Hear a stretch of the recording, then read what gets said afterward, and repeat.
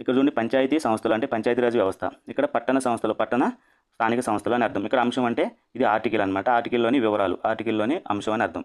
ఇక్కడ ఇది మొత్తం కూడా ఏంది 243, ఈ మొత్తం కూడా 243 సబ్ ఆర్టికల్. 243A, ఇక్కడ 243P. ఇక్కడ 243A ప్రకారం ఏంది గ్రామ సభ ఏర్పాటు. ఇక్కడ 243Pలో పట్టణ స్థానిక సంస్థలకు సంబంధించిన నిర్వచనాలు ఉంటాయి. ఇక్కడ B అంటే భాగాలు, అంటే ఇక్కడ అంచెలు, 3 అంచెల వ్యవస్థ. మరి గ్రామ పంచాయతీలో 3 అంచెలు ఏముంటాయి? గ్రామ పంచాయతీ, మండల పరిషత్తు, అదేవిధంగా జిల్లా పరిషత్తు.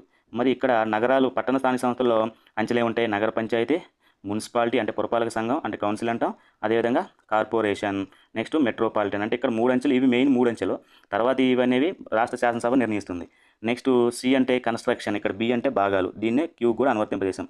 C అంటే కన్స్ట్రక్షన్ అంటే నిర్మాణం, ఎన్నికలు ఏ విధంగా నిర్వహించాలి. అదే విషయం కూడా ఇక్కడ R అనేవి కూడా పట్టణాలకు సంబంధించి ఎన్నికలు నిర్వహించాలి. అన్ని స్థాయిలోని వ్యక్తులు ప్రత్యక్షంగా ఎన్నికవుతారు. అంటే ఇక్కడ గ్రామ పంచాయతీ వార్డు సభ్యులు కావచ్చు, ఎంపీటీసీలు కావచ్చు, జెడ్పీటీసీలు